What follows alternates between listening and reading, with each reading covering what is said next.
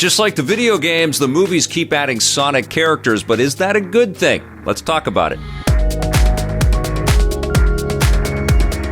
Last night, my family and I went to go and see an early screening of Sonic the Hedgehog 3. This is the latest in the film franchise. As many of you know, the first Sonic the Hedgehog movie absolutely blew me away. I could not believe that the filmmakers and all the performers, all the visual effects artists got together to make such a gift to longtime Sonic fans like myself. I enjoyed the second film as well. I thought it was fun, but it got super crazy and super silly with the addition of Knuckles, and it just started to get a little bit crowded and not quite as heartfelt as the original film did. And my fear going into Sonic the Hedgehog 3 is that the movie would kind of lean more in that direction because, of course, we know that Shadow is joining the team with Keanu Reeves playing the character, and I'm super excited about that. I think Ben Schwartz has been amazing as Sonic all the way along. Idris Elba is a great addition as Knuckles. He's kind of like the Drax of the team. And then Tails is played by Colleen O'Shaughnessey, who has been playing the character for a long time across games and TV shows and stuff. And she and her character are incredibly charming in the movie. Tails is always ready to help. He's kind of like the guy in the chair. He's the tech expert, which is pretty damn cute. And what's happening as we're starting to see this roster grow with all of these cute anthropomorphic little fuzzy animals that are somehow juxtaposed against the real world is that it's getting more and more like an animated movie. And that's exactly what's happening here with Sonic the Hedgehog 3. It escalates in some enormous ways, some world-ending cataclysmic ways,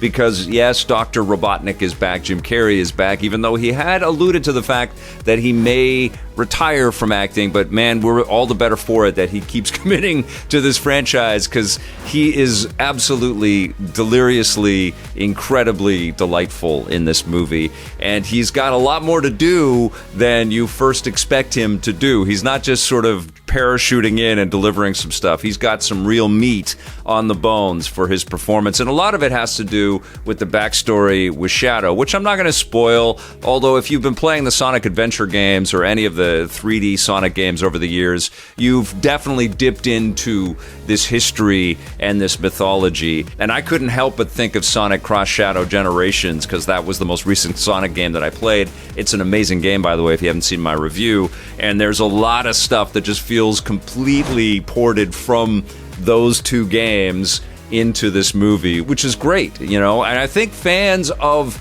the Sonic video games are going to be really blown away by the adherence to the property. You know, this word authentic keeps coming up, but this definitely feels like authentic storytelling in a very weird universe. Like, it's always felt weird to me. I remember reviewing the first Sonic Adventure games with Tommy and talking about why are these cartoon characters talking with these human beings, and it still feels that way in 2024, but now I can kind of feel that direct line from playing something in 1999, and then 25 years later I'm like watching it in full fidelity with all of this beautiful visual effects artistry on the big screen, and I'm still like, what is happening?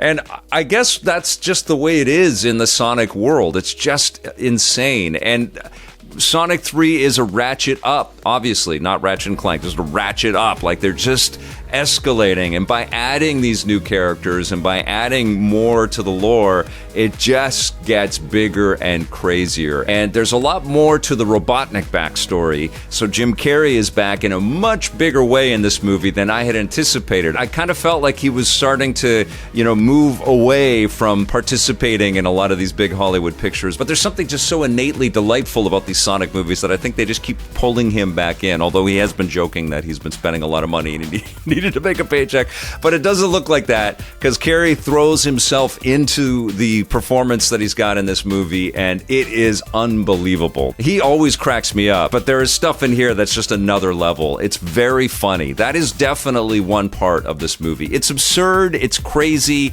there is a little bit too much CG hijinks at the beginning of the film, and it just starts to numb you out a little bit, but then the heart starts to come back into the picture a little bit, and the cartoony characters still led by Officer Tom, James Marsden, and his wife, Maddie Wachowski, played by Tika Sumpter, still kind of instill into these characters to be the better versions of themselves. And so there's this morality tale that plays out through all of this. And of course, that's challenged as we see the darker side of Shadow and how that is interwoven into the Robotnik story and the damage that Shadow has lived with. And so all of that comes to the forefront, and there is actually some pretty interesting depth there. And it is done so freaking well, and there is so much artistry and also so much tongue-in-cheek kind of winking to the camera as well. Everybody is aware at how absurd this whole enterprise is and how crazy and big everything has gotten. And of course, that's what happens when you're doing any kind of a Hollywood sequel as well. It's always a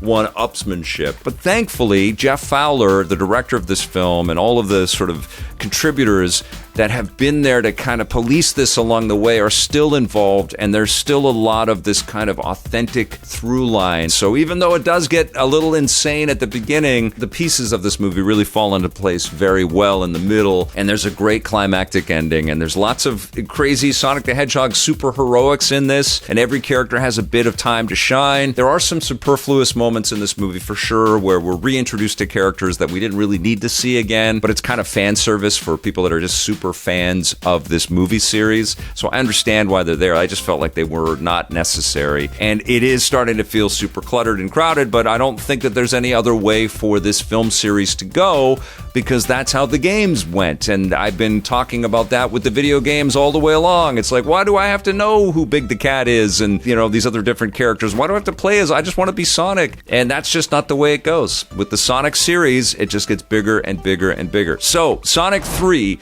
how does it stack up with Sonic 2 and 1? I think it's about at par with Sonic 2. It's still a very fun movie. It's very well made. There are some really cool epic moments. I did like Keanu Reeves as Shadow. Shadow was an awesome character. He's super badass. He packs a gun. He's ruthless in this movie. Drives a motorcycle. He's super cool. Nice juxtaposition from like I'm gonna smash everything kind of vibe of Knuckles and the more daring do-gooder kind of vibe of Sonic. Look, there's a lot to like in this movie. That's the thing. And I was busting out laughing in several parts, and I was chuckling almost the entire way along too.